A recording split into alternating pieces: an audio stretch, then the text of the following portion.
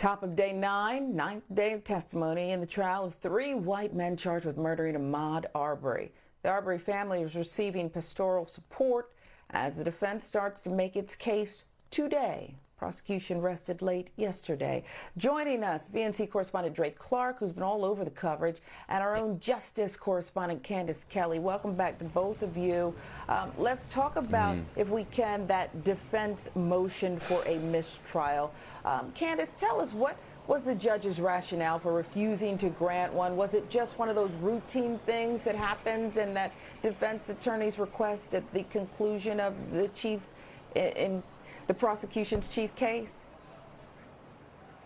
Worth their salt, they will do that to try to make sure that this goes away in the easiest fashion as possible. And as we know, Sharon, so far, this has not been easy. So the judge said really that there was no grounds for a mistrial. Generally, when you have a mistrial, there's something procedurally that has to be done incorrectly. Here, the judge saw that none of this was happening, and that this was probably just a part on the defendant's side to kind of hold up things, to make a mockery of things in some situations, and to make sure that everything goes on record, so that when the appeal comes, which it will, they will have a record to look back and reflect upon to try to ask the judge to make another decision.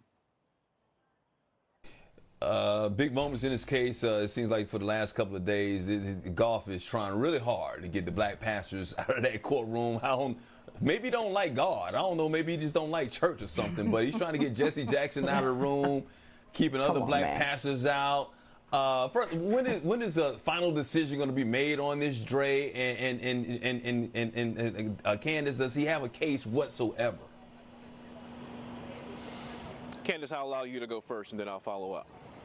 Listen, there really is no case here. Again, procedurally, there's nothing incorrect that's going on, and that, as we discussed before, and it seems like now everybody knows but him, but courts are open. We see this. We have cameras that are in the courtroom. How can you limit it to just one person or a few pastors when literally the whole world has access to the trial by watching it on the outside? It just doesn't make any sense. And if you were interested in going down and there was room and the family allowed you to do so, you can go and sit inside that courtroom without anything, without any constraints or any limitations.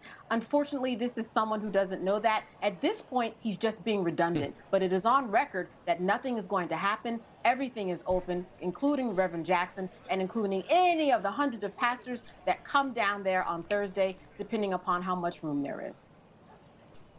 Candace, you raised earlier that perhaps it's all by... Oh, go ahead. I'm sorry, Dre. I forgot. My apologies. Yeah, just it's okay. I understand. I think Candace is exactly right that Judge Walmsley has decided. He decided on this last week. He's not going to bar black pastors from coming into the courtroom, and he has said he's not going to keep track of people from the public who comes into the courtroom. He's just not interested in doing it. And I think really what Kevin Gough is doing is grandstanding. He's grandstanding. He likes attention. He likes the cameras. He likes people talking about his antics inside the courtroom. And I think that's the bottom line. So this motion was a DOA dead on arrival. Well, now, and I guess, Candace, you first, because there'll be a flurry of activity, I'm sure, again, this morning. But you raised this earlier in Start Your Day, I believe at 6 o'clock, that hour, that he could be doing this on purpose, Kevin Gough. You know, flapping around and creating a media circus or inviting one that he could then raise later down the line in a mass appeal that encompassed everything.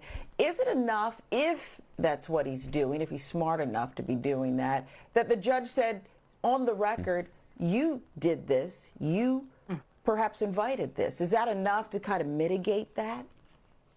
It will help mitigate it because, again, if you are creating the flurry, if you are creating the immediate sensation, you're the one who has brought that on your client. However, when you look at this, again, could this be more strategic than we think, and that he's creating this big scene so that he can bring it up on an appeal? He seems like an attorney who has forgotten some of the rules of law. Because while he can create a media frenzy, like you said, it's gone on record that Gough is the one who created all of this media frenzy. You know, Reverend Jackson, the judge didn't even know he was in the room until Gough said that. So it seems like he's really not understanding or is forgetting a lot of these rules of law and how the courtroom works. So I'll piggyback off of what Dre's saying is that this is just grandstanding because he literally knows better. He has to know better. We know better here on the outside that you don't have that type of grandstanding. You don't keep making the same motions over and over again only to get the same answers, and you keep going. It makes no sense. Wow.